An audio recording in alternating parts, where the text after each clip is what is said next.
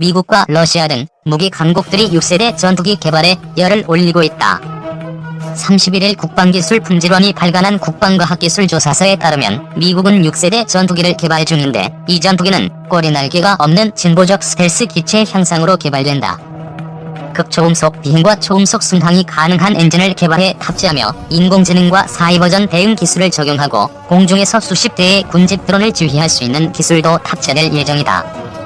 러시아도 6세대 유무인 전투기 개발에 착수해 무선 광자 레이더와 AI 기술, 극초음속 엔진, 레이저 무기 등을 탑재할 예정이다. 중국도 무인 전투기를 자체 개발 중이다. 프랑스는 독일, 스페인과 함께 6세대 전투기와 무인 전투기 밀원을 개발하고 있다. 일본은 정찰용 무인기 수준을 측정할 수 있는 시제기 형태의 무인기를 시연하는 등 군용 무인기 개발 잠재력이 높은 국가로 평가됐다. 일본은 선진기술 실증기를 개발해 5세대 전투기 개발을 위한 다양한 기술을 개발하고 있다. 스텔스기를 잡는 레이더 개발도 한창이다. 미국은 스텔스 물체 탐지를 위한 연구 개발을 진행하고 있고 최근에는 스텔스 항공기를 탐지하는 레이더를 개발해 운용하고 있다. 개인 전투체계 기술도 빠르게 진화하고 있다. 미국 특수작전사령부에서는 해군 실팀을 위한 수중통신 기술을 연구하고 있다. 미국 육군은 근육 손상을 암시하는 근전도 변화, 뇌기능 손상을 암시하는 변화, 질병 조기 징후 등을 측정할 수 있는 작용형 전자식 센서를 개발 중이다. 국방과학기술조사서는 일본은 대형급 무인잠 수정을 비롯한 다양한 무인잠 수정을 개발하고 있다면서 해양 무인화 분야의 국가적 투자를 지속적으로 하고 있으나 군수 분야에서의 투자는 타 국가에 비교해 상대적으로 적다고 설명했다. 이어 일부 선진국의 경우 수중에서 빠르게 이동하는 어뢰를 요격하는 요격 어뢰를 실전 배치하고 있다고 전했다.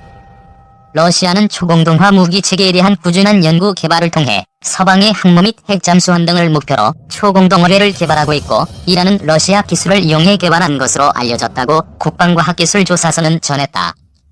KF-X 2021년 5월 롤아웃, 2022년 7월 초도 비행 실시.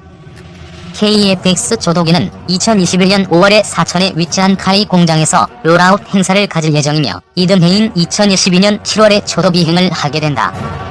최근 개발 진척 상황을 보면 이 같은 스케줄이 지연될 조짐 없이 개발이 비교적 순조롭게 진행되고 있다. 현재의 개발 상황이면 이러한 시간표를 맞추는데 큰 어려움은 없을 것이다. 개발 과정에서 잡음을 최소화하기 위해 개발에 참가하는 주체들 간의 이견과 입장 차이는 카이를 중심으로 최대한의 합의점을 도출하고 있다.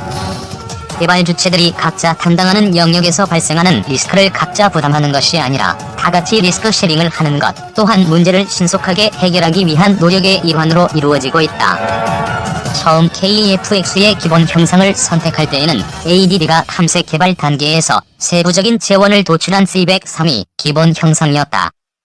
이후 매번 재설계가 이루어질 때마다 새로운 설계 형식명을 부여받았다.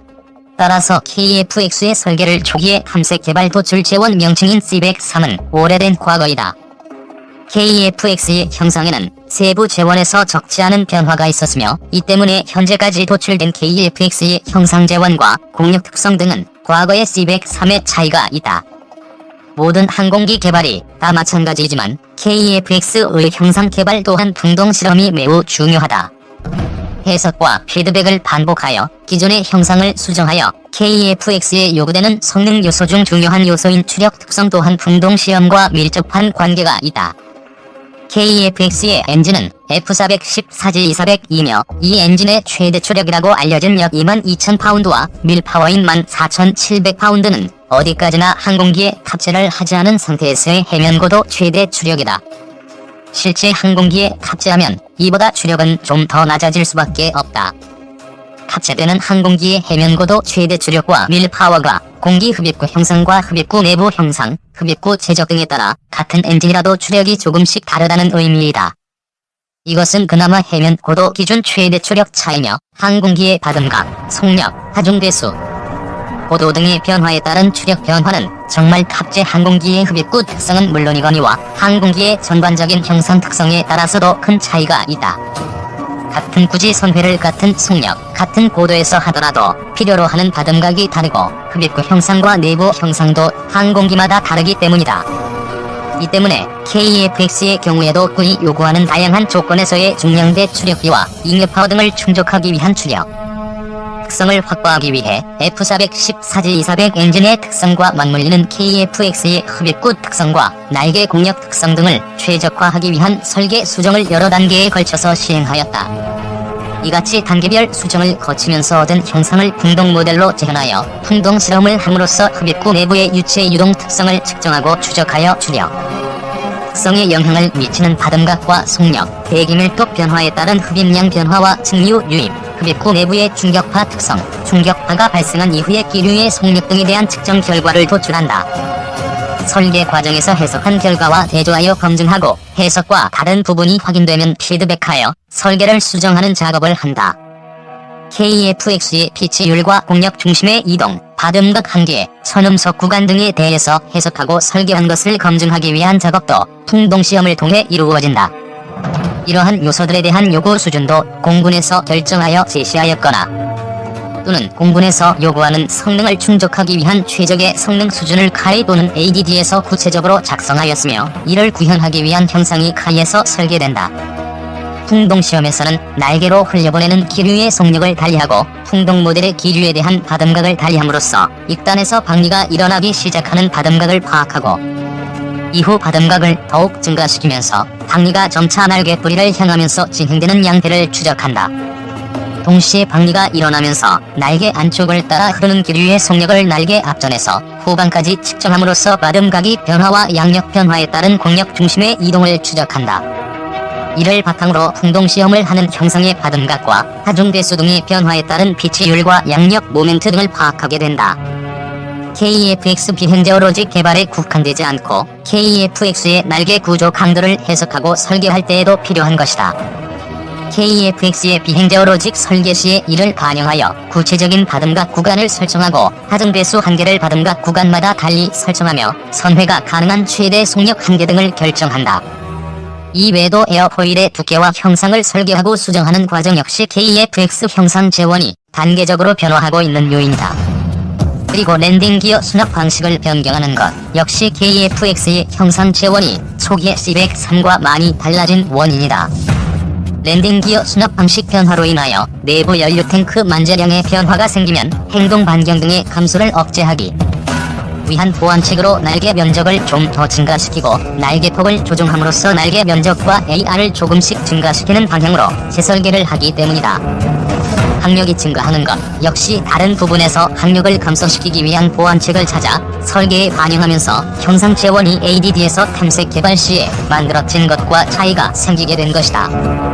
풍동시험을 거쳐 다시 수정하는 과정을 단계적으로 거치면서 초기 개념 안의 형상 재원과 차이가 더욱 벌어지게 된 것이 현재까지 도출된 KFX 형상 설계이며 이 역시 최종 설계가 완성될 때까지 몇 차례 더 수정을 거치면서 변하게 된다.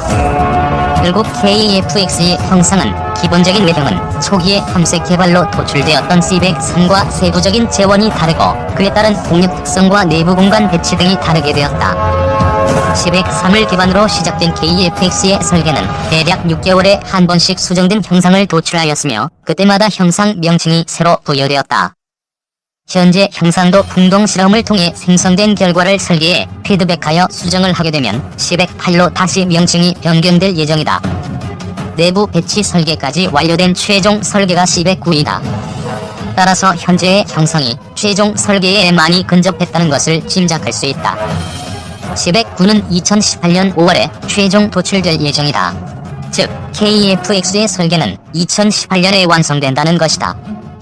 KFX를 개발하면서 다양한 난제에 직면을 하는 것이 당연하지만 그 중에서도 현재 가장 어려운 부분 중 하나는 KFX의 날개 설계, 그 중에서도 KFX의 에어포일을 만드는 것이다. KFX의 날개는 낮은 피탐 성능과 낮은 항력 등을 위해 전반적으로 얇은 에어포일을 갖도록 설계되고 있다. 이 경우 높은 바듬각에서 방리가 더욱 쉽게 일어날 수 있다는 점은 슬랫으로 해결한다고 하더라도 큰 양력을 얻기 어려워지는 어려움이 있다. 더욱이 KFX의 날개는 AR과 테이퍼비가 작은 날개로 설계된다는 점을 감안하면 이는 문제가 아닐 수 없다. 이 같은 문제를 해결하면서 KFX가 얇은 날개를 필요로 한다는 점을 동시에 충족 또는 절충하기 위해 최적의 특성을 갖는 날개를 설계하는 것이 중요하고 난이도가 높은 개발 과제다. 얇은 날개 내부의 공간 확보와 구성품 배치가 쉽지 않다는 것 역시 KF-X의 날개를 설계하는 작업의 난이도가 높은 이유 중 하나이다. 날개 앞전의 슬랫과 날개 후방의 플랩, 에일러론 등의 조종면을 작동하기 위한 액튜에이터와 배선, 연료 탱크와 연료도관 등이 날개에 들어가게 되는데 이들을 배치할 내부 공간을 얇은 날개 안에 확보할 수 있도록 날개 내부 설계를 하는 것이 쉽지 않다는 이야기다. 그리고 주날개만 국한되는 것이 아니라 수평일과 수직일 설계에도 공통적으로 적용된다. KF-X 블록 1/2/3의 실제 개념이 이미 알려진 것과 다르다. 지금까지 알려진 KF-X 블라크 1은 공대공 교전 능력과 기본적인 공대지 무장 일부만을 운영할 수 있으며 블라크 2를 거쳐 블라크 3에 이르러서야 에비오닉스 교체와 발전된 표면 처리 기법 적용, 레이더의 공대지 모드 추가 등의 성능 향상을 통해 완전한 작전 능력을 갖게 된다는 것이었다. 그러나 이는 실제와 다소 차이가 있다. 이미 블라크 1에서 KF-X가 갖추어야 할 것은 모두 갖춘다. KF-X의 AESA 레이더의 경우에도 블라크 1의 일부 모드가 미비된 것을 블라크 2와 블라크 3에서 추가로 모드를 통합하여 완성하는 것이 아니라 이미 블라크 1에서 통합하게 될 예정이다. 내부 무장베이도 블라크 1에 이미 마련되어 있거나 최소한 내부 무장베이가 들어갈 공간은 만들어 놓고 이후 해당 공간에 무장베이 구성 요소를 통합할 수 있도록 한다. 블라크 2는 KF-X 블라크 1의 발전형이 아니라 이미 블라크 1에서 모두 갖추어진 것을 검증하고 인증하는 단계이다. 이런 과정이 완료되면서 KF-X가 담당해야 하는 모든 임무를 수행할 수 있는 블라크 3가 양산되어 부대 편성되는 것이다. 현재 알려진 바에 따르면 KF-X는 예천 공군기지에서 최초 부대 편성될 예정이다. 타겟팅 포드의 경우에는 당초 블라크 3에서는 타겟팅 포드 구성 요소를 KF-X에 내장 통합하여 F-35의 EOTS와 유사하게 운용될 것이라는 전망도 있었다. 그러나 KF-X의 내장형 EO-IR 타겟팅 체계를 통합할 계획은 없다. 어차피 타겟팅 포드는 임무에 따라서 선별적으로 컨피겨레이션 포함되는 장비이기 때문에 굳이 내장형 체계를 개발하여 통합할 필요가 없다. ICS, 즉 EA 체계의 경우에는 알려진 것처럼 이미 운영하고 있는 외장형 EA 장비인 AQ200K의 LRU들을 내장 모듈로 KF-X에 통합.